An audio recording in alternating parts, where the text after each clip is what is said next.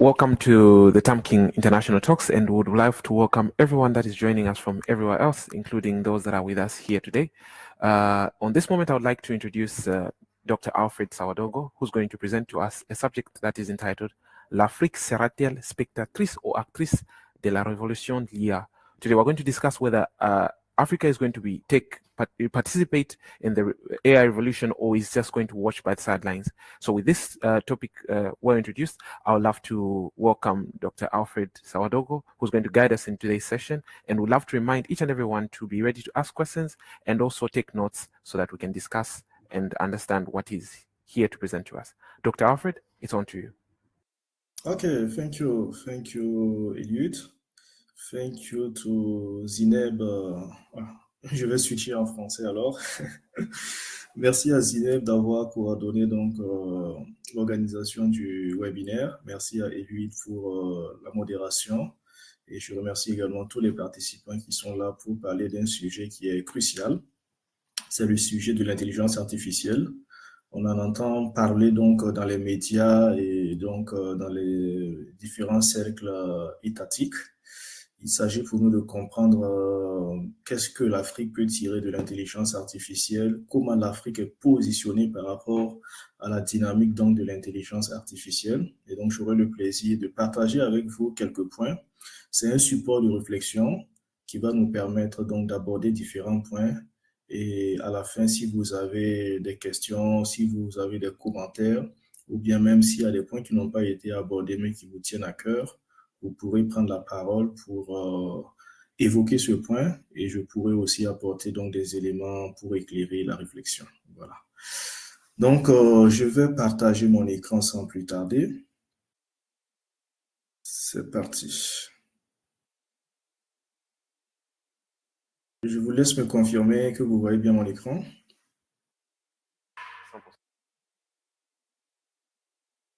C'est bon? Oui, c'est bon. D'accord, parfait. Donc, le thème est intitulé comme suit: l'Afrique sera-t-elle actrice ou spectatrice de la révolution de l'IA? C'est un thème voilà, qui se veut un peu provocateur pour se dire, est-ce que nous allons croiser les bras et regarder les autres faire, ou bien nous allons aussi donc compter et peser dans tout ce qui se passe au niveau de l'écosystème de l'intelligence artificielle au niveau mondial.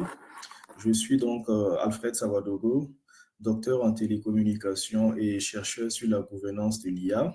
C'est un sujet qui me passionne énormément et donc régulièrement, je collabore avec de grandes organisations pour produire des études, produire des rapports justement sur les politiques d'intelligence artificielle, que ce soit sur des pays africains ou non africains.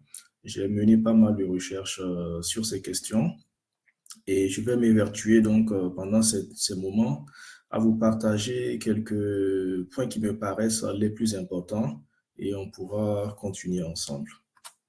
Alors, pour l'agenda, je vous propose donc d'articuler ma présentation autour de 4 points. Premièrement, donc, les généralités et la définition de l'IA. Deuxièmement, nous allons avoir un aperçu de l'IA dans le monde entier.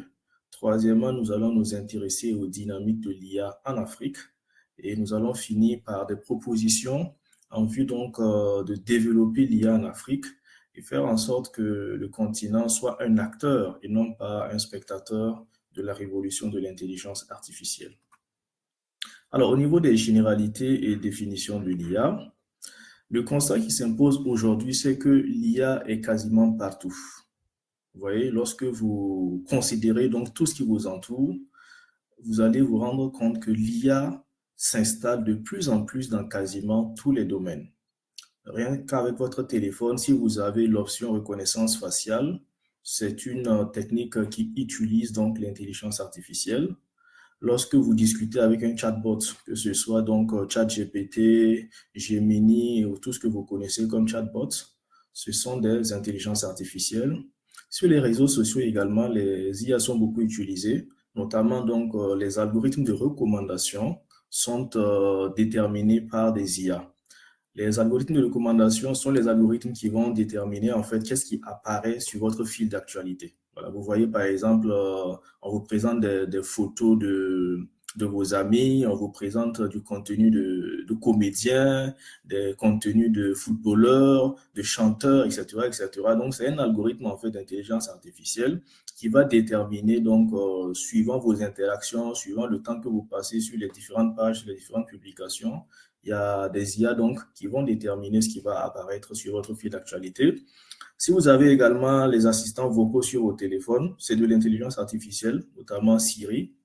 Siri, c'est l'assistant vocal donc de l'iPhone et Alexa, etc. Donc, au niveau aussi des plateformes de recommandation de streaming, notamment Netflix, pour ceux qui utilisent Netflix, sachez que derrière, les films qui apparaissent, qui vous sont proposés sur la base donc d'une IA qui va donc analyser vos préférences, vos goûts, pour vous présenter donc des films susceptibles de vous intéresser. C'est la même chose pour YouTube également. Lorsque vous allez sur YouTube, ce sont des algorithmes de recommandation basés sur l'IA. Bref, pour vous dire que l'IA est un peu partout désormais. En termes de domaines et de fonctions, l'IA connaît un vaste champ d'application. L'IA peut être utilisée dans des domaines tels que l'agriculture, les assurances, la banque, la construction, l'éducation, l'énergie, la santé, le secteur public, l'immobilier, le commerce, les télécoms, les transports, bref. Voilà, la liste n'est pas exhaustive, vous pouvez la compléter. L'IA est utilisée quasiment dans tous les domaines, dans tous les secteurs.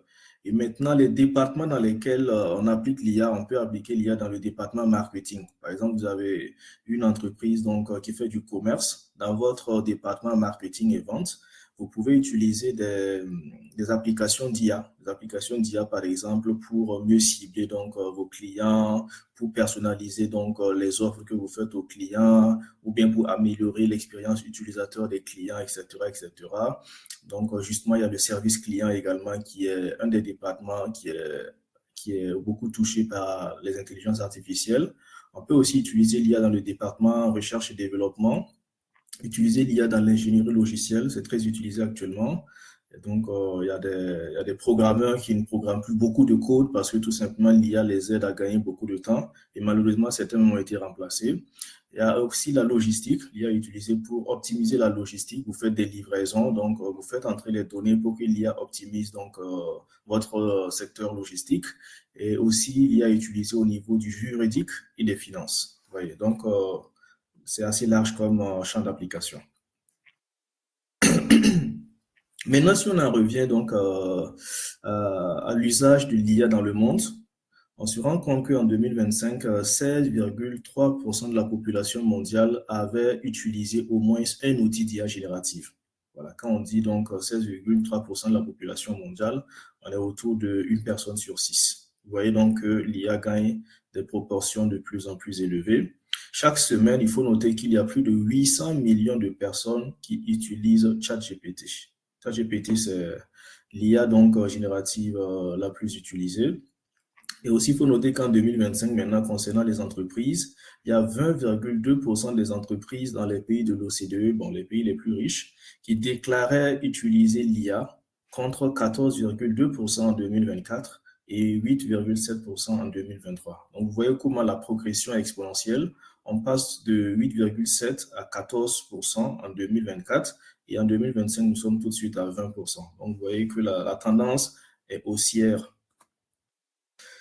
Venons-en maintenant à la définition de l'IA. Voilà, nous l'utilisons, mais qu'est-ce que c'est? L'IA est un ensemble de techniques permettant à des machines d'imiter certaines capacités humaines. Des capacités telles que apprendre, reconnaître des motifs, prédire, classer, organiser des informations, générer du contenu, etc. Voilà, pour faire simple, moi j'appelle l'IA un cerveau artificiel. Pour moi, l'IA, c'est juste un cerveau artificiel. Mais à la différence du cerveau naturel, ce cerveau artificiel a deux caractéristiques majeures. Premièrement, une mémoire qui est infiniment plus grande, vous voyez, puisque vous pouvez augmenter à foison donc, la capacité donc, de stockage des IA, okay, la capacité de stockage des centres de données donc, qui font tourner les IA. Et deuxièmement, la vitesse de traitement. Voilà. Le cerveau artificiel qu'est l'IA a une vitesse de traitement qui est beaucoup plus élevée que notre cerveau naturel. On vous donne un ordre de grandeur. Par exemple, un humain peut lire 150 à 200 mots par minute, alors qu'une IA peut traiter 1 million de mots par minute. Vous voyez que ce n'est pas le même ordre de grandeur. Et je donne également la recette de l'IA actuelle. Quand je parle de l'IA actuelle, je parle des larges modèles language, des modèles de langage, des grands modèles de langage, okay, qui sont par exemple derrière ChatGPT et autres. Et voilà. Je précise ça parce qu'il y a eu des anciennes versions d'IA qui étaient bâties autrement, mais moi je parle de les IA actuels, voilà les modèles de langage actuels. On a essentiellement deux composantes. Ce sont des algorithmes d'apprentissage d'un côté et des données d'entraînement de l'autre. Donc, on a les algorithmes d'apprentissage qui s'inspirent donc des réseaux de neurones, ok? Et on sert donc, on nourrit ces modèles avec des données. Le modèle va apprendre, va analyser les données, va apprendre les patterns en fait qui sont dans les données et donc pouvoir maintenant être utilisé pour des inférences. Vous posez une question et sur la base de ce que l'algorithme a déjà appris, il va vous servir un résultat. Alors, l'historique de l'IA aussi, voilà, pour montrer en réalité que l'IA existe depuis longtemps. On a l'impression que ça date d'hier, mais en réalité, c'est depuis 1950 que l'intelligence des machines a été un sujet évoqué, notamment à travers le test de Turing pour déterminer si une machine est intelligente ou pas. En 1956, il y a eu l'émergence de ce qu'on appelle l'IA symbolique. Voilà. Quand je parlais de la recette de l'IA actuelle, c'était justement pour faire la différence avec les anciennes versions ou les anciennes générations d'IA. Quand vous prenez l'IA symbolique, c'est une vieille génération d'IA où on codait, en fait, on mettait les règles dans l'IA, dans la machine, voilà, pour que la machine puisse vous répondre. Mais les versions actuelles d'IA, on sert seulement une masse de données à l'IA et c'est l'IA elle-même qui va apprendre pour vous servir un résultat. On n'a pas besoin de faire entrer des règles logiques dans l'IA. Vous voyez. Donc, il y a cette différence entre l'IA symbolique, ancienne génération, et les générations que nous avons actuellement, c'est plutôt de l'IA connexionniste qui a émergé à partir de 1980 avec les machines, donc les techniques de machine learning pour permettre à l'IA d'apprendre à partir des données. Vous voyez. En 1996, il y a le superordinateur Deep Blue d'IBM qui bat le champion du monde des échecs. En 2016, le programme AlphaGo développé par DeepMind bat le champion du monde de Go. Le Go, c'est un jeu qui demande beaucoup de stratégie. Et donc, vous voyez que les champions même dans cette discipline sont battus par des IA très vite, avant 2017. Et à partir donc de 2022, on a l'ouverture de ChatGPT au grand public qui a été un moment de bascule en fait. Là, je parle donc des familles d'IA et du cycle de vie de l'IA. Alors, les familles d'IA, on a parlé donc de l'IA de façon générale. Je vous ai évoqué le machine learning qui est donc le côté où les algorithmes vont apprendre d'une masse de données. Le deep learning est une variante du machine learning et je voulais m'appesantir maintenant sur les familles d'IA, les catégories d'IA. Quand on parle d'IA, c'est très vaste, c'est très général. En réalité, il y a 4 familles d'IA. Il y a les IA donc au niveau de la vision par ordinateur. Première catégorie, c'est la vision par ordinateur. Là, donc, on s'intéresse aux IA qui vont analyser et traiter les images. Vous voyez, donc, on a des caméras qui vont capter des images et l'IA, donc, sera appliquée pour analyser et traiter ces images. Ça, c'est une première catégorie d'IA. Il y a les IA, donc, au niveau de la catégorie traitement du son. Traitement du son, ce sont les IA, donc, qui sont dans tout ce qui est reconnaissance vocale et la transcription de la parole en texte. On a une troisième famille, donc le traitement du langage naturel ou NLP, Natural Language Processing. Cette fois-ci, ce sont les IA qui vont interagir avec le langage humain. Vous voyez. Et dernière famille, donc, ce sont les IA génératives que vous connaissez très bien parce que c'est la famille d'IA qui est la plus populaire et la plus répandue. Et donc, ChatGPT fait partie de cette famille-là. À droite, nous avons le cycle de vie de l'IA. Alors, comment on lance concrètement donc une IA? D'abord, on part d'un problème, on définit un problème. Ensuite, on va collecter des données et les préparer. Ensuite, on va aussi donc développer un modèle. Voilà, comme je le disais dans la recette simple de l'IA, c'est données plus modèle. Ensuite, on va évaluer le modèle et le valider. Dès que le modèle est validé, maintenant, on peut déployer notre IA. Voilà, on le déploie, les gens l'utilisent, les gens font des inférences, ils posent des questions ou bien voilà, ils l'utilisent suivant la catégorie d'IA que nous avons. Et aussi, il y a un côté où on va monitorer et puis maintenir donc notre intelligence artificielle. Voilà, donc voici le cycle de vie très simplifié de l'IA.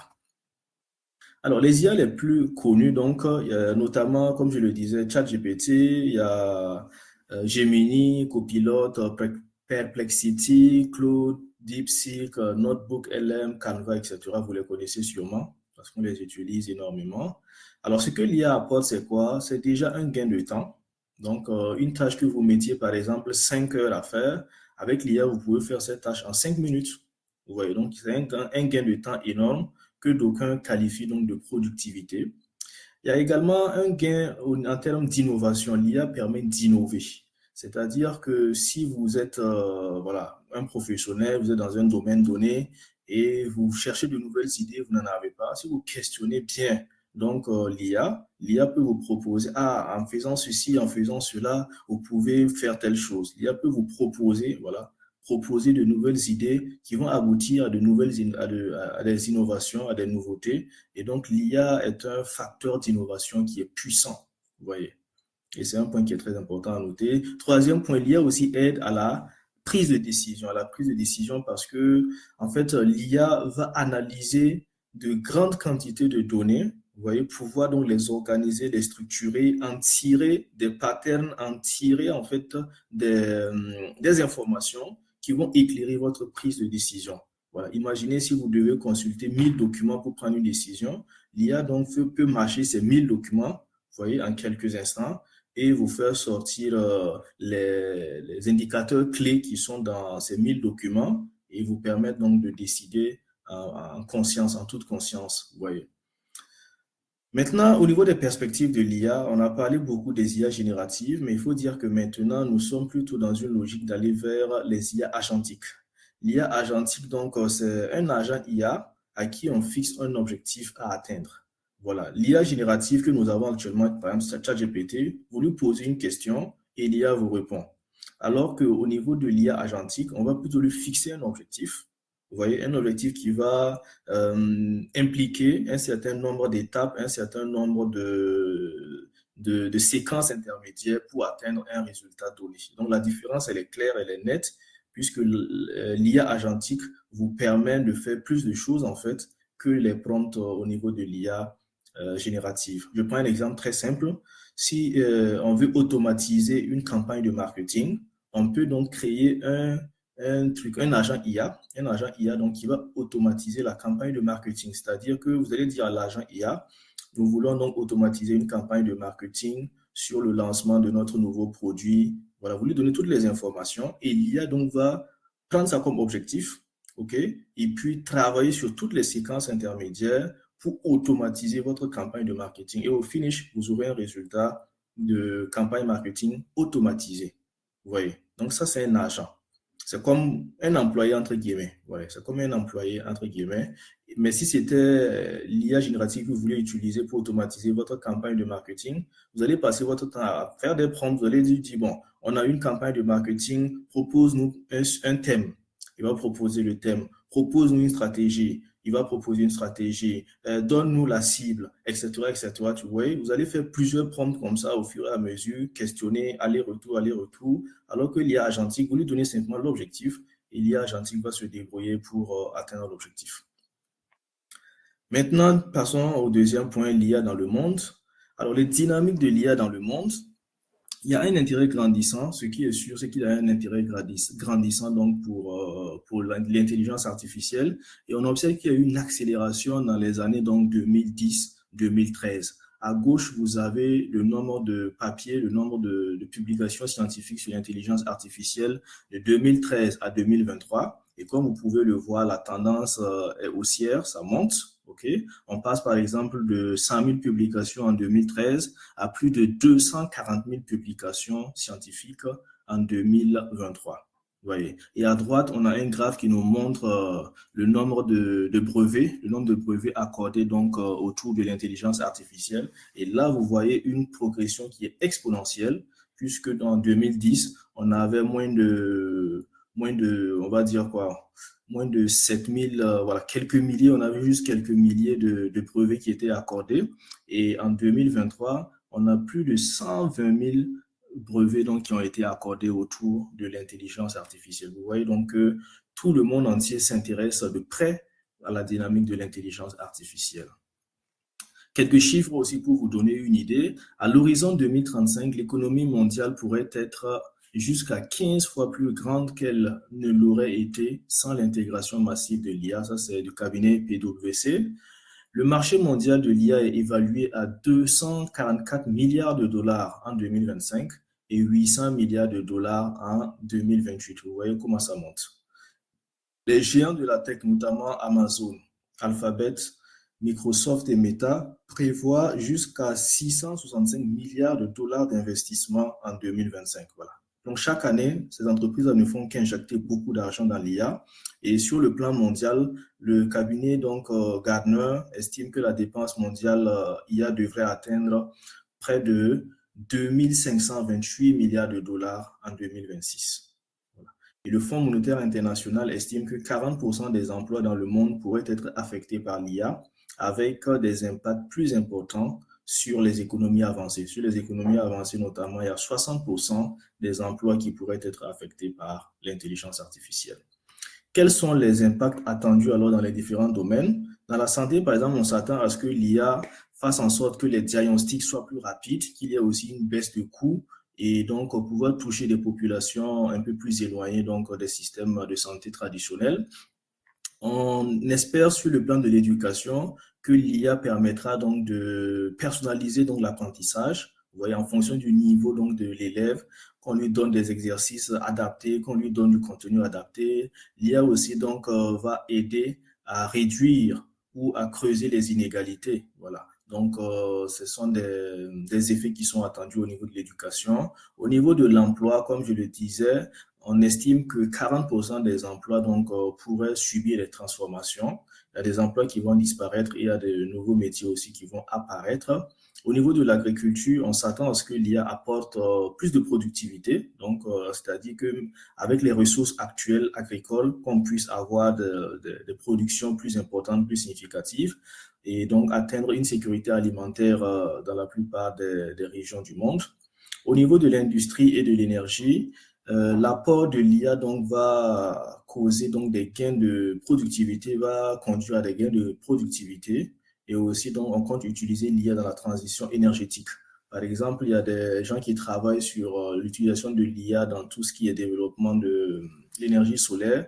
Voilà. C'est vrai qu'actuellement, les panneaux, par exemple, permettent d'avoir de l'énergie solaire, mais quand on applique l'IA dans ce domaine-là, ça permet davantage d'optimiser et de produire plus d'énergie avec les surfaces de panneaux solaires que nous avons actuellement. Vous voyez.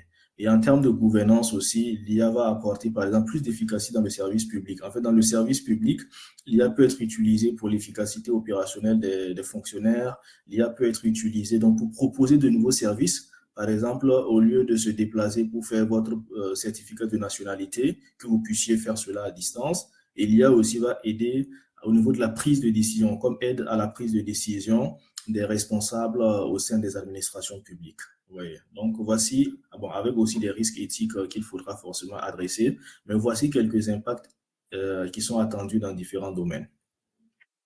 Il faut aussi noter que la plupart des pays disposent de stratégies IA. La plupart des pays dans le monde entier, il y a les États-Unis qui ont leur US AI Action Plan. Il y a aussi l'Union européenne qui a un plan d'action pour le continent de l'IA, pour être le continent de l'IA. Il y a le plan d'action chinois. Voilà, donc bref, si vous regardez, la plupart des pays ont des stratégies pour développer leur capacité en IA. Et on a aussi des textes internationaux pour encadrer le développement de l'IA. Il y a par exemple les recommandations de l'UNESCO sur l'éthique de l'IA. Il y a les principes IA de l'OCDE. Il y a les lignes directrices universelles sur l'IA. Donc bref, il y a plusieurs textes en fait sur le plan international qui veulent encadrer le développement de l'IA. Toujours dans les dynamiques de l'IA mondiale, là maintenant c'est une carte qui est dressée par le Fonds monétaire international pour montrer le niveau de préparation des différents pays, des différentes régions du monde à l'IA. Voilà, à quel point est-ce que tel pays ou telle région est bien préparé pour amorcer la révolution de l'IA. Et donc là, ça va permettre de répondre à la question qui fait l'objet de notre conférence. Est-ce que l'Afrique sera spectatrice ou actrice?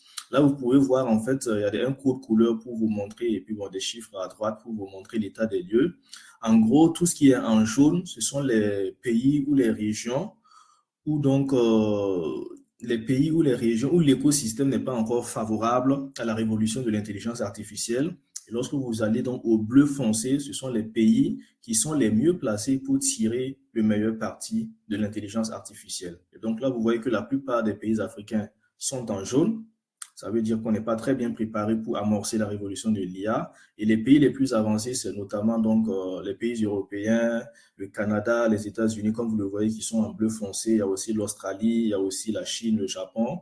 Donc, vous pouvez voir à droite les chiffres qui montrent donc que lorsqu'on regarde la région du monde la plus avancée donc pour saisir les opportunités d'IA, c'est l'Amérique du Nord avec un score de 0,74. Les scores, c'est entre 0 et 1. Donc, North America, l'Amérique du Nord est à 0,74. Ensuite, c'est l'Europe qui vient avec 0,63. Après, donc, l'Asie et le Pacifique avec 0,52. Et l'Afrique subsaharienne, donc, termine à 0,34. Donc, nous sommes les moins bien préparés à saisir les opportunités de l'IA. Ce sont les chiffres, donc, du Fonds monétaire international qui l'indiquent. Et c'est confirmé par d'autres enquêtes, d'autres statistiques menées par d'autres organisations. Voilà, donc, pour le moment, l'Afrique est spectatrice. Quand vous voyez donc ce classement, ça montre que pour le moment, nous sommes des spectateurs. Et on va se poser la question de savoir concrètement, alors pourquoi nous sommes des spectateurs? Qu'est-ce qui fait que l'Afrique, pour le moment, n'est pas très bien préparée pour saisir la révolution de l'IA? C'est parce qu'en fait, sur les différents paramètres qui influencent le développement de l'IA, nous ne sommes pas très bien positionnés. Si vous prenez par exemple la puissance de calcul et de données, puisque l'IA, comme je l'ai dit, ce sont des données, et les données donc sont en fait tourner les données sur des puissances de calcul. L'Afrique n'est pas bien positionnée en ce sens que moins de 1% de la capacité mondiale des centres de données sont en Afrique. Vous voyez, moins de 1% de la capacité mondiale. Donc, c'est tellement dérisoire que ça ne permet pas de développer voilà, des modèles puissants et d'avoir donc des applications d'IA qui vont conquérir le marché. Et cela nous oblige aussi à être dépendants donc, des services cloud étrangers. Et derrière, il y a des coûts plus élevés et il y a une question aussi de souveraineté des données qui est posée à ce niveau. Deuxième paramètre qui influence le développement de l'IA, c'est la connectivité. Ouais, on n'est pas très bien positionné en ce sens que seuls 7,7% des ménages africains possèdent un ordinateur à la maison. Ouais. Et sur le plan de l'accès à Internet, seulement un Africain sur 3 a accès à Internet. Ce sont des données de l'Union internationale des télécommunications. Troisième paramètre qui influence le développement de l'IA, c'est l'énergie. Et là aussi, on n'est pas bien positionné en ce sens qu'il y a 600 millions d'Africains qui n'ont toujours pas accès à l'électricité. Et même quand on creuse, parmi ceux qui ont accès à l'électricité, on se rend compte que c'est une électricité qui va, qui vient, beaucoup de délestage. Donc, pour le moment, en termes d'énergie, il y a des déficits à combler. Et dernier point aussi, ce sont les ressources humaines ayant donc des compétences en IA. Parce que pour développer l'IA, il faut des ingénieurs en IA, il faut du personnel qui ait des compétences avérées dans l'intelligence artificielle. Mais pour le moment, l'Afrique a un déficit de 4,3 millions d'ingénieurs. Ça ne permet pas le développement de l'IA. Si on fait le focus plus particulièrement de l'Afrique subsaharienne, elle ne produit que 0,77% des publications dans les revues consacrées à l'IA. Bref, pour dire qu'il y a peu de compétences en IA. Et s'il y a peu de compétences en IA, on ne peut pas d'abord être des champions de l'IA, on ne peut pas d'abord être des acteurs de l'IA. Il faut qu'on forme plus de personnel scientifique, qu'on forme plus d'ingénieurs, qu'on forme plus de ressources humaines qualifiées pour développer des solutions d'IA et pour utiliser les solutions d'IA. C'est à partir de là qu'on va créer un terreau favorable donc, au développement de l'IA, à la révolution de l'IA sur le continent. Alors, ici à gauche, nous avons donc le classement des 10 pays africains les mieux préparés donc à l'IA. C'est vrai que de façon globale, le continent n'est pas bien préparé, mais on peut maintenant s'intéresser à la situation de chaque pays individuellement pour voir ce qui se passe. On se rend compte que ce sont les îles Seychelles qui sont les mieux positionnées avec un score de 0,53. Ensuite, c'est l'île Maurice. Après vient donc l'Afrique du Sud, la Tunisie, le Kenya, le Rwanda, le Cap-Vert, le Maroc, le Ghana et la Namibie. Ça, c'est un classement donc du FMI. Et à droite, je présente le nombre d'organisations travaillant sur des innovations en matière d'IA en Afrique. Par exemple, en Afrique du Sud, ils ont dénombré 726 organisations qui travaillaient donc sur des innovations en matière d'IA. Il y a aussi l'Égypte, voilà, avec 456 organisations. Le Maroc avec 200 Le Maroc avec 126, j'ai l'impression qu'il y a des pays qui manquent. Oui, le Maroc avec 126, l'Égypte avec 246. Voilà. Donc, bref, vous pouvez voir qu'il y a des pays qui sont mieux positionnés que les autres en Afrique pour saisir les opportunités de l'IA. Et je note aussi qu'en Afrique, il y a déjà des cadres et des stratégies ainsi que des institutions pour développer l'IA, notamment la stratégie continentale IA de l'Union africaine. C'est ce que j'ai présenté en image à droite. C'est un document PDF que vous pouvez trouver en ligne, télécharger et lire parce que ça vous montrera quelle est la vision de l'Union africaine sur le développement de l'IA. Il y a aussi plusieurs pays qui ont des stratégies nationales pour développer l'IA ou bien donc des cadres de gouvernance de l'IA. Si vous tapez également sur Internet, vous allez trouver voilà, tel pays qui a sa stratégie nationale, qui a des textes pour encadrer la gouvernance de l'IA, etc., etc. Il y a pas mal de pays, au moins une dizaine de pays en Afrique qui ont de tels documents de référence. Et il y a aussi un organe consultatif qui a été mis en place qui s'appelle le Conseil africain de l'IA. Voilà, c'est un organe consultatif, mais ça montre que les États africains ont une ambition de développer l'IA sur le continent. Donc, on a dressé le tableau, on a vu qu'on n'est pas très bien positionné dans l'ensemble. Qu'est-ce qu'il faut faire maintenant pour mieux se positionner? J'en viens aux perspectives, recommander donc des pistes pour nous en sortir. Alors, premièrement, je pense qu'il faut mettre en œuvre les recommandations de la stratégie continentale. Okay? L'Union africaine a produit donc une stratégie continentale.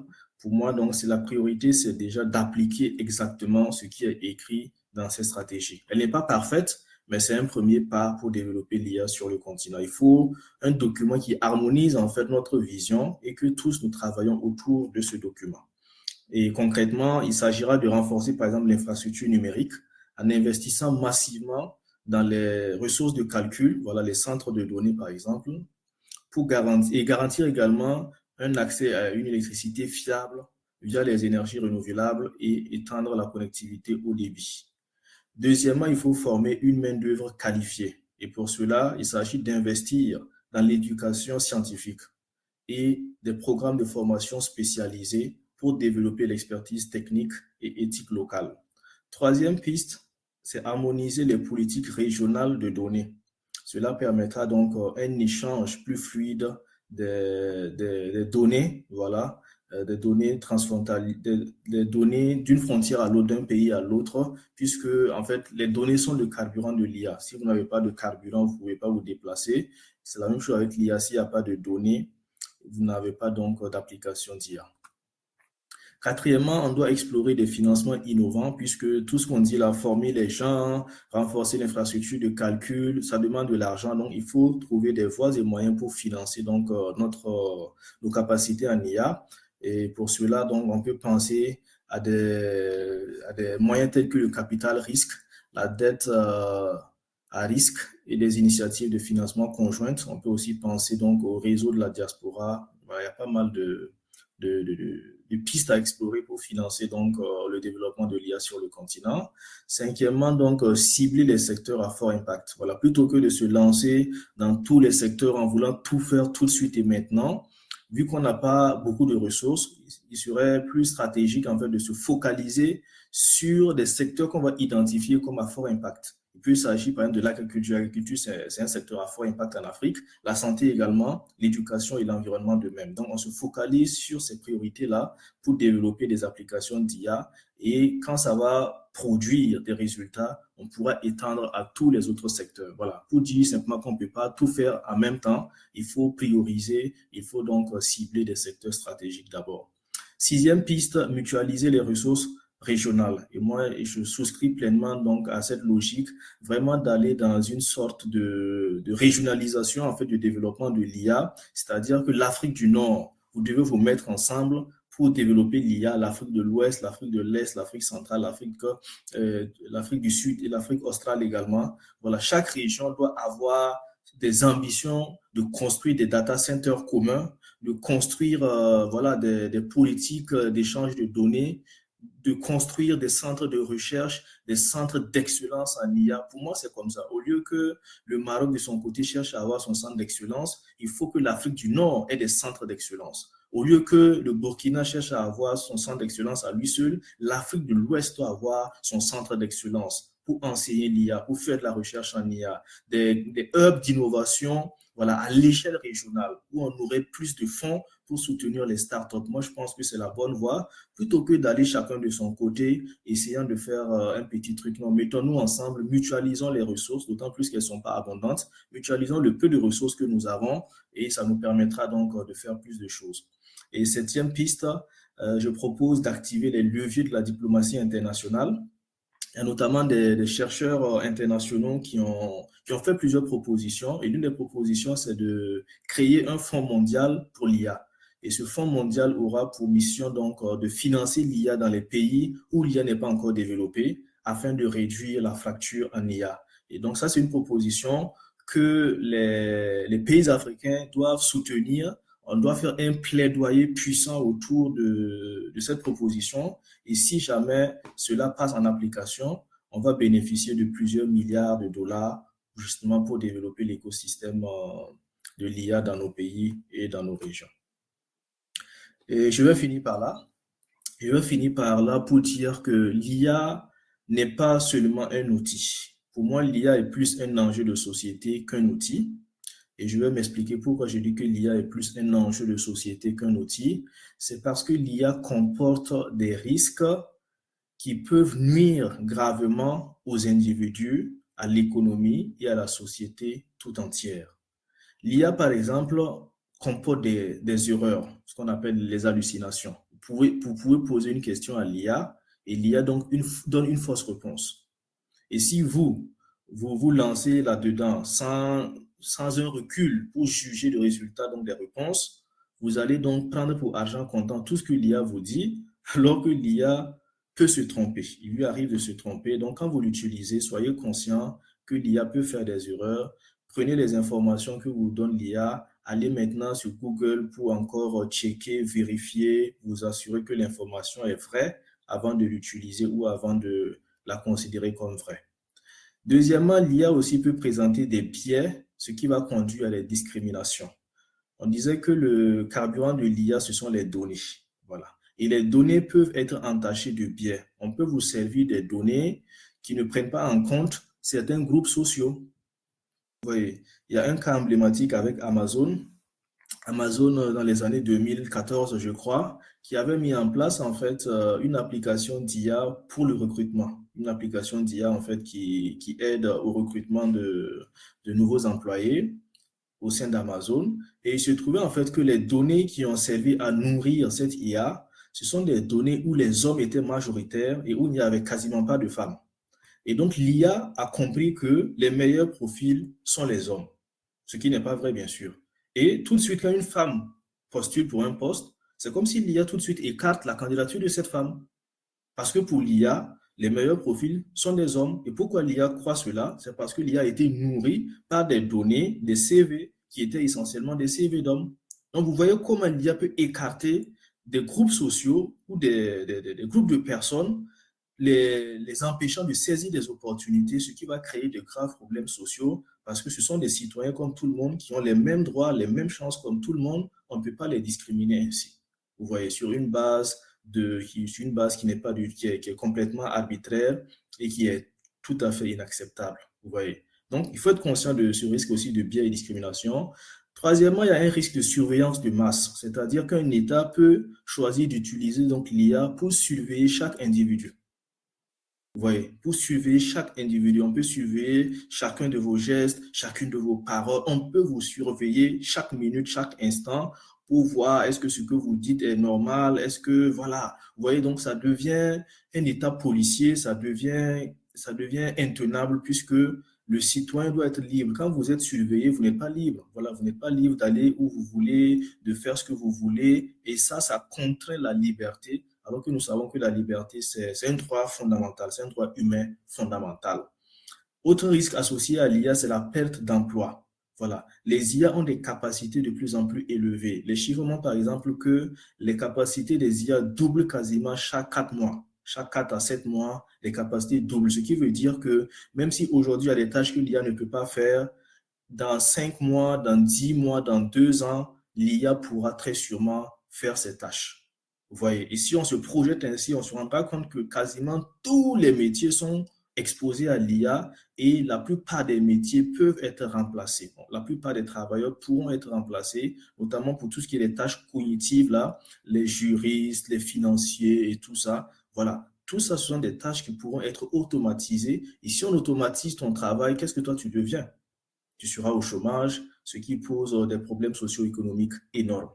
Autre risque également, il y a le renforcement des inégalités, en ce sens que ceux qui ont accès donc à cette puissance qu'est l'IA vont davantage accumuler de richesses et de pouvoir par rapport à ceux qui n'ont pas donc accès à l'intelligence artificielle. Il y a aussi le risque de manipulation de l'information. Tous les jours, quand vous vous connectez sur les réseaux sociaux, vous voyez des publications, du texte, des images, des vidéos qui sont générées par l'IA. Pour certaines vidéos, c'est évident, vous savez que c'est l'IA, mais pour d'autres, vous ne pouvez pas savoir. Et donc, on vous manipule ainsi. L'IA permet de manipuler plus facilement l'opinion publique et ça peut conduire à des conséquences dramatiques dans un pays. Il y a aussi le problème de dépendance. Déjà, la dépendance à l'échelle individuelle, parce que certains jeunes sont tellement habitués maintenant à l'IA qu'ils ne peuvent même plus réfléchir par eux-mêmes. Donc, leur autonomie individuelle même est menacée. Il y a aussi la dépendance technologique des pays les moins avancés vers les pays donc les plus avancés. Voyez. Nous, par exemple, comme en Afrique, on ne produit pas assez d'infrastructures, on dépend des infrastructures cloud, notamment donc des pays les plus avancés, et ça nous rend dépendants de ce qui n'est pas bien sur le plan géopolitique. Avec l'IA aussi, il y a une sophistication, une prolifération des cyberattaques. Vous voyez, avec l'IA, vous pouvez multiplier les cyberattaques, vous pouvez scanner même facilement la vulnérabilité des systèmes informatiques et trouver des moyens de les attaquer. Les chiffres montrent par exemple que les cyberattaques ont augmenté de plus de 12 000%, plus de 12 000% entre 2023 et 2024. Voilà. Et vous vous souviendrez que ChatGPT a été publié en novembre 2022. Donc, ce n'est pas une coïncidence. Lorsque ChatGPT est devenu public, les gens avaient accès à ces outils-là pour maintenant perfectionner leurs cyberattaques et les performer donc sur des gens. Et notamment, si vous prenez un exemple, le hameçonnage qu'on appelle le phishing, c'est une technique de cyberattaque. On t'envoie un mail, par exemple, pour dire que, voilà, quelqu'un, par exemple, te dit il a laissé un compte bancaire dans tel pays, donne-moi tes coordonnées pour que je te transfère l'argent. Vous voyez, c'est ça qu'on appelle le phishing. Avant, c'était tellement brut que tu savais tout de suite que tu lis le mail, tu comprends que non, ça, c'est une escroquerie. Mais avec l'IA maintenant, vous voyez, ils arrivent à bien affiner leur texte et quand ils t'envoient souvent, tu n'arrives pas à détecter que c'est de l'arnaque, tu peux te lancer dedans alors que c'est une cyberattaque. L'IA aussi fait poser des derniers types de risques là, peut poser des questions au niveau de la sécurité nationale, puisque avec l'IA, on peut donc confectionner des armes chimiques, des armes biologiques, des armes radiologiques ou des armes nucléaires plus facilement qu'auparavant. Avant, c'est juste les experts qui pouvaient donc confectionner ce type d'armes, mais maintenant, n'importe qui avec un chatbot, s'il sait bien poser des questions, il peut obtenir des informations pour créer des armes, ce qui est catastrophique pour la sécurité des citoyens. Voilà. Donc, pour toutes ces raisons, la liste n'est pas exhaustive, c'est quelques risques que j'ai cités. Je pense que l'IA n'est pas seulement un outil, non. L'IA, quand vous l'utilisez, sachez que derrière, il y a plus que ce que vous voyez. Il y a des dynamiques qui vont au-delà du simple outil, des dynamiques qui peuvent influencer donc l'autonomie individuelle, influencer donc la vie en société et influencer également les économies. Pour cela, moi, je propose qu'on puisse faire la promotion d'une IA éthique. Donc, quand on parle d'IA, il ne faut pas seulement parler d'IA, mais parlons d'IA éthique. Ce dont on a besoin en Afrique et dans le monde entier, ce n'est pas seulement le développement de l'IA, mais c'est le développement de l'IA éthique. Et l'IA éthique implique donc la transparence et la confiance. Il faut que les outils d'IA soient transparents. Il faut qu'il y ait l'explicabilité. On doit comprendre quand l'IA produit un résultat, on doit savoir comment l'IA est arrivée à ce résultat. Il doit y avoir aussi le principe de la responsabilité. Lorsque une IA cause un problème, un dommage, qui est responsable et qui doit réparer, tout ça, ça doit être clair. Il faut aussi que les systèmes d'IA soient fiables. On ne veut pas des systèmes dont on va perdre le contrôle et qui vont commencer donc à faire un peu tout et n'importe quoi. Non, il faut que ce soit des systèmes qui soient sous contrôle.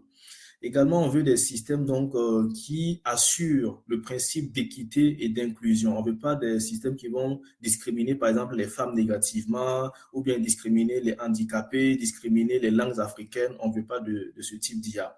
On veut des IA qui ne vont pas nuire à l'autonomie individuelle. Les IA que je peux utiliser sans dépendre de ces outils. On veut aussi des IA qui vont préserver notre vie privée. On ne veut pas que, à cause de l'IA, notre vie privée soit exposée.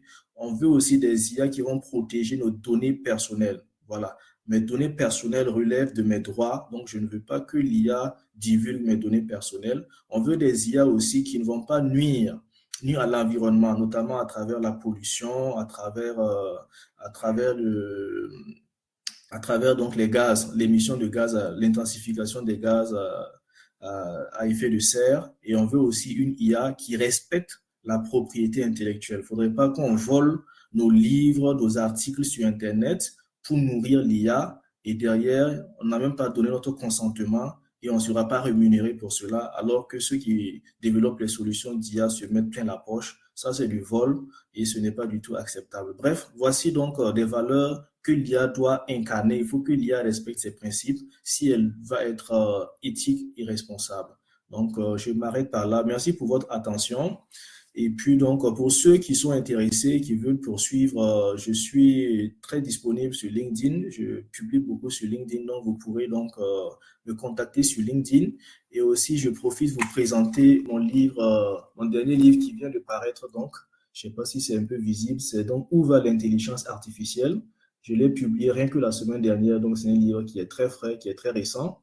Donc, si vous êtes intéressé, il est disponible sur Amazon. Il donne les dynamiques de l'IA. Il interroge donc les capacités actuelles de l'IA, les projections futures aussi de l'IA, quels sont les risques auxquels il faut faire attention et comment promouvoir une IA qui est sécurisée et qui contribue donc au bien-être de l'humanité.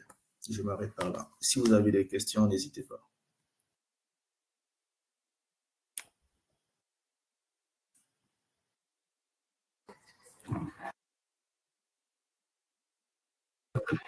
Donc, merci à tous. On est arrivé actuellement au moment des questions. J'espère que vous avez préparé les questions. Docteur, il y a quelques questions en fait dans le chat, si vous voulez. D'accord. Ok, oui, c'est vrai. Alors, quels sont les principaux obstacles qui empêchent aujourd'hui les pays africains de devenir acteurs majeurs de l'IA? C'est ce que j'ai mentionné. Donc, il y a déjà les infrastructures, on manque d'infrastructures. Par exemple, les data centers, on n'a pas assez de data centers, on n'a pas assez de puissance de calcul. Il y a aussi au niveau donc de l'énergie. Comme je l'indiquais, il y a 600 millions d'Africains qui n'ont pas accès à l'électricité. Et même pour ceux qui ont accès à l'électricité, très souvent, il y a des délestages qui empêchent donc de travailler convenablement. Il y a aussi donc le problème de la connexion Internet, puisqu'il y a seulement un Africain sur trois qui a accès à Internet. Et dernièrement, donc, il y a les ressources humaines. Est-ce que nous avons assez d'ingénieurs pour fabriquer des solutions d'IA? On n'a pas assez d'ingénieurs. Le continent manque de 4,3 millions d'ingénieurs. Donc, tout ça montre que voilà, on n'a pas les conditions propices pour développer l'IA. Bon, ça sont les obstacles. Ensuite, Ismaël, quel rôle les gouvernements africains devraient-ils jouer pour encourager les startups spécialisées en IA? C'est déjà donc pouvoir créer un écosystème, puisque une startup ne peut pas s'épanouir toute seule. Il faut créer un écosystème. Et dans cet écosystème, on doit permettre aux startups d'avoir un accompagnement technique. Un accompagnement technique, c'est-à-dire il leur faut des formations sur les différents modèles d'IA, sur les techniques avancées donc d'algorithmique. Voilà, bref, il y a pas mal de formations techniques comme ça dont les startups ont besoin pour développer des solutions. Ensuite, il faudra le financement. Il y a des startups qui sont techniquement calées, mais qui manquent de financement. Donc, les États africains doivent financer les startups, voter des fonds spécialement pour accompagner les startups œuvrant dans l'intelligence artificielle. Et troisièmement aussi, avoir un cadre juridique qui permet à ces startups d'avoir facilement des données pour alimenter donc leurs solutions et aussi donc un cadre juridique qui va créer un marché favorable aux solutions d'intelligence artificielle. Vous voyez, on peut donc trouver des formules, par exemple pour la commande publique. Pour la commande publique, par exemple, encourager donc les startups en leur donnant un certain pourcentage de commandes publiques. Voilà, lorsque vous êtes une jeune startup de telle année à telle année, on vous réserve un certain pourcentage de la commande publique, voilà, pour que vous puissiez avoir des premiers marchés, développer des solutions qui vont vous rapporter de l'argent et vous permettre de grandir. Donc, c'est comme ça que, même aux États-Unis, voilà, si par exemple les entreprises d'Elon Musk également ont grandi, c'est parce qu'il y avait l'État derrière pour lui donner des marchés et tout. Et donc, il faut que l'État encourage donc les startups dans ce sens. Et Zineb, donc, qui pose la question sur quelles collaborations internationales seraient plus utiles pour accélérer. Voilà, les collaborations internationales, bon, pour moi déjà, si vous l'avez compris, je mise déjà sur des collaborations régionales, c'est-à-dire entre pays africains, il faut qu'on collabore. Il faut que le Burkina, le Sénégal, la Côte d'Ivoire se mettent ensemble pour construire des grands data centers, pour construire des centres d'excellence en matière d'enseignement et de recherche sur l'intelligence artificielle, par exemple. Donc, misons dans un premier temps sur les coopérations régionales. Et maintenant, pour les coopérations internationales, il faut aller vers les pays qui sont les plus avancés. Voilà, on va vers les pays les plus avancés. Il y a les États-Unis, il y a la Chine, et dans une moindre mesure, il y a l'Union européenne. Il faut qu'on aille vers ces régions du monde, qu'on puisse tisser des partenariats, qu'ils puissent, par exemple, nous appuyer sur le financement. Ils peuvent nous accorder, par exemple, des fonds pour financer nos startups. Vous voyez, il y a le plaidoyer notamment sur le Fonds mondial pour l'IA. Si on arrive à opérationnaliser ça, je pense qu'on aura voilà, des centaines de milliards pour développer l'IA localement. Donc, il faut aller vers les pays qui sont les plus avancés pour avoir des ressources financières, pour avoir un accompagnement technique aussi. On peut faire des programmes conjoints de recherche entre des universités américaines et des universités africaines, ou bien des universités africaines et des universités chinoises. Tout ça, en fait, pour créer un transfert de connaissances, un transfert de compétences. Vous voyez, donc on fait des programmes de recherche communs, ou bien souvent on invite par exemple des professeurs, par exemple les plus grands professeurs en IA qui sont aux États-Unis, qui sont au Canada, on les fait venir en Afrique pour des séminaires de 2 jours, 3 jours. Vous voyez, ça permettra de capter en fait toute l'expertise qu'ils ont. Et pour moi, donc, les coopérations, c'est vraiment avec ceux qui sont les plus avancés, notamment les États-Unis, la Chine. On cible donc leurs universités, leurs centres de recherche pour établir des partenariats. Et sur le plan étatique aussi, on cherche des fonds. Voilà, on essaie d'avoir des fonds avec ces pays-là et aussi des organisations internationales telles que l'OCDE. Voilà, l'OCDE par exemple. L'OCDE, il y a l'Union internationale des télécommunications aussi qui peut appuyer éventuellement. Il y a la Banque mondiale, le FMI aussi, qui ont très souvent des programmes pour appuyer donc les innovations technologiques. Donc, voici autant d'acteurs vers qui on peut se tourner pour développer nos capacités en intelligence artificielle.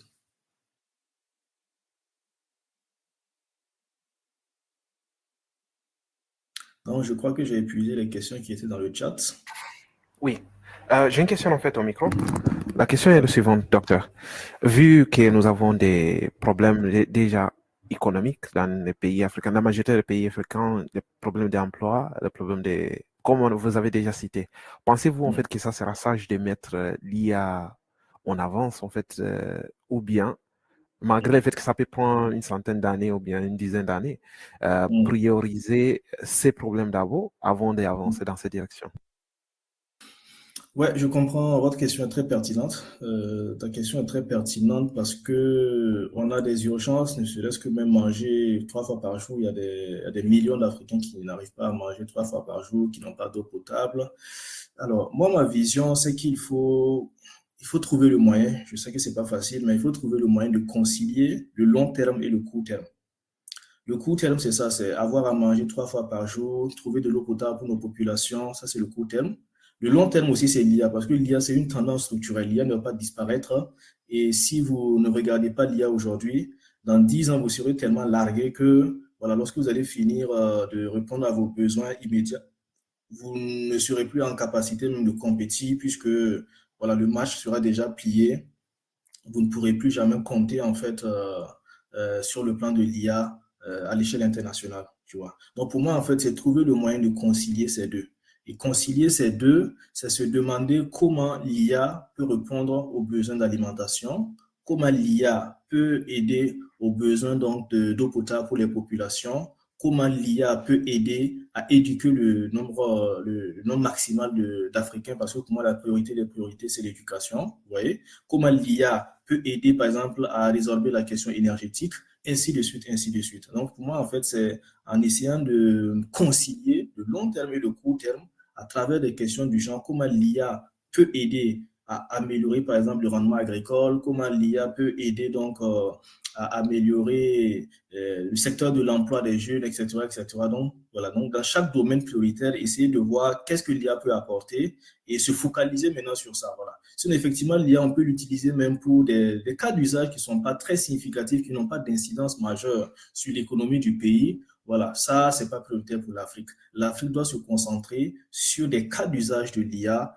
qui sont en capacité de changer les données structurelles même du continent. Si on a des IA aujourd'hui qui peuvent multiplier par 10 le rendement agricole, vous voyez que ça, c'est une bonne chose, c'est prioritaire. Vous voyez, voilà, l'IA, ce n'est pas un but en soi. Non, ce n'est pas un but en soi, c'est un moyen, c'est un levier. Et donc, regardons, si notre priorité, c'est l'éducation, demandons-nous comment du moins l'IA peut nous aider dans l'éducation. Là où on éduquait 100 enfants, comment l'IA peut nous éduquer, peut nous aider du moins à éduquer 10 000 enfants d'un seul coup. Vous voyez donc, utiliser l'IA comme un facteur d'accélération dans les secteurs prioritaires, c'est ce que je crois. D'accord, merci beaucoup, docteur. Et je remercie en fait pour vos réponses. Pour moi, ça a répondu plus ou moins à ce que j'avais comme question. J'espère que les autres aussi ont profité de cette sujet qu'on a eu et ils ont appris pas mal de choses. Comme vous avez dit, en fait, j'espère qu'on pourrait, pour ceux qui cherchent à voir les livres encore, je pense qu'on peut mettre ça dans nos publications pour cette vidéo et aussi pour la publication qui sera faite après. On voudrait aussi remercier tous ceux qui ont participé aujourd'hui, mais plutôt le Dr. Alfred qui est disponible son temps. À ce fait, en fait, je vous donne la dernière parole pour si vous en avez, mais en même temps, je prends cette occasion de vous inviter une fois de plus, en fait, de voir si on peut avoir une autre occasion pour en parler sur un autre sujet. Mais de ce fait, je vous laisse la dernière parole, Dr. Alfred.